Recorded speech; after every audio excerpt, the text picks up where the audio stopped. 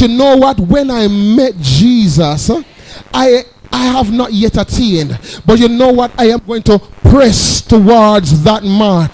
There is a mark that is in God that I must reach. It means that Paul has his eyes set on something. And though Paul wrote so many epistles, and Paul had such an experience with God, that there was a time when he was 3 days in the Spirit, and Jesus giving him a personal witness of all what happened to him at Calvary, and Paul could have talked about this. So Paul says in verse 10 of Philippians, that I may know him and the power of his resurrection and the fellowship of his suffering, being made conformable unto his death. There are some people in the house of God that they don't want God, but they just want what God's got. They don't want the giver, but they just want the gift. Isn't it better that you have the giver? Because if you have the giver, you will get the gift. How can you just want all that I have? What happened to when it run out? What happened when God says, no, you have got to do something for me. I want you to do something for me. Come on, we have got to have the giver. So Paul says, I want to know him. I want to move from just believing to a knowing. So he says, if by any means.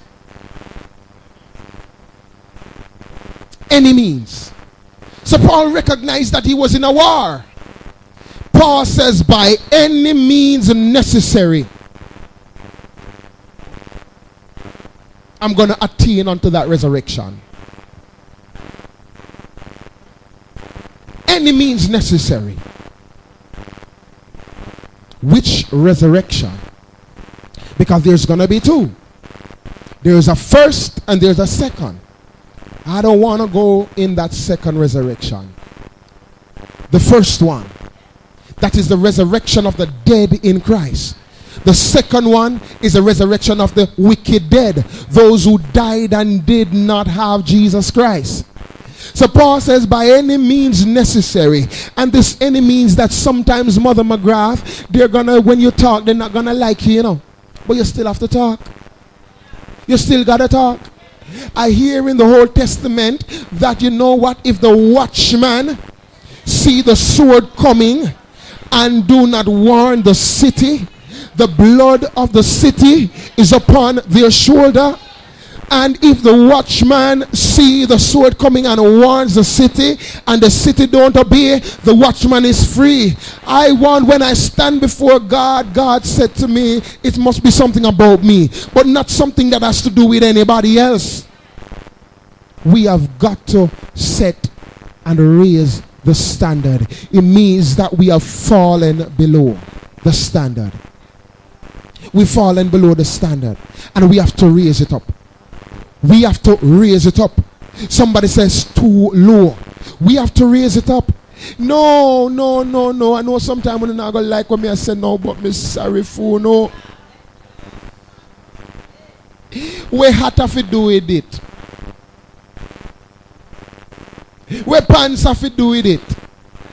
Everything.